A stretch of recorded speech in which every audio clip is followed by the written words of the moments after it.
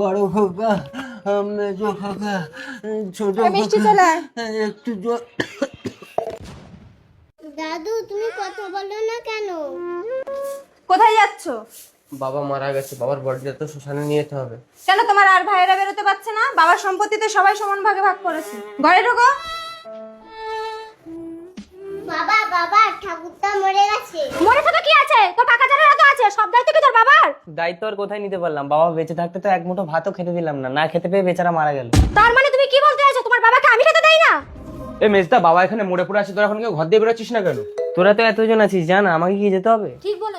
বাহ, বদা দেখিচ্ছে তোকে, তুই দেখাচ্ছিস আমাকে, তাহলে বডি থাক, পরে আমি চলে যাচ্ছি। হ্যাঁ হ্যাঁ যাও, সব টাকা কি আমাদের নাকি? বাবার সম্পত্তিতে সবাই সমান ভাগ নিয়েছে। এই চলে আসো। কিরে গোপাল, তোর কোনো ছেলেই তো বেরোচ্ছে না।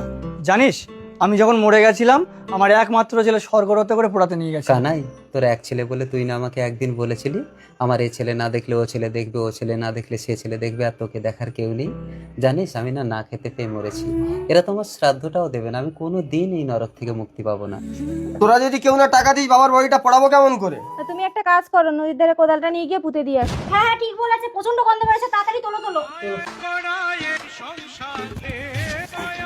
বলো হরি, হরি বল, বলো হরি। হরি বল। কোদাল নিয়ে আমাকে নদীর ধারে পুঁতে দিতে যাচ্ছে। জানিস কানাই, তোর ছেলে যেদিন তোকে পড়াচ্ছিল আমি দেখেছি চিতার ধোঁয়ায় চড়ে তুই স্বর্গে যাচ্ছিলি। সেদিন আমিও দেখে মনে মনে ভীষণ আনন্দ পাচ্ছিলাম। ভেবেছিলাম আমার ছেলেরাও যেদিন আমার চিতায় আগুন দেবে আমিও চিতার ধোঁয়ায় চড়ে স্বর্গে যাব।